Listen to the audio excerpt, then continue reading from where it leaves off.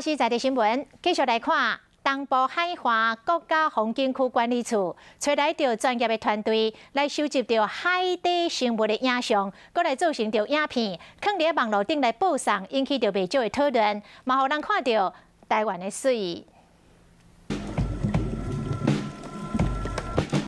伫山路搭边咧收来收去，蓝色蓝、金黄色的尾伫海底看起来有够水。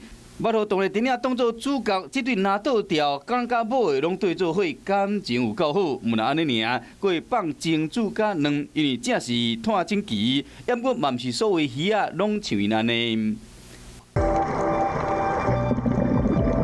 美丽沙内面的塔壳章鱼，会使将家己变化做各种的模样，互你讲要袂记伊的存在。这个难得的海底景象，透过东部海岸国家风景区管理处精心的收集，做成影片，有真侪人爱看。连偷偷伫咧岩石边啊，挖壳纸上的海龟，各种模样嘛，互人记录落来。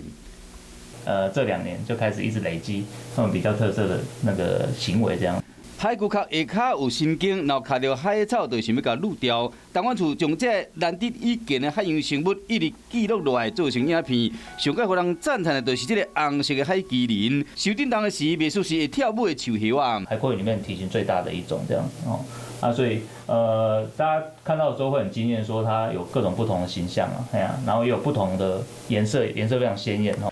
影片好看，又阁有教育意义，嘛，互人见识到不同款的台湾美景。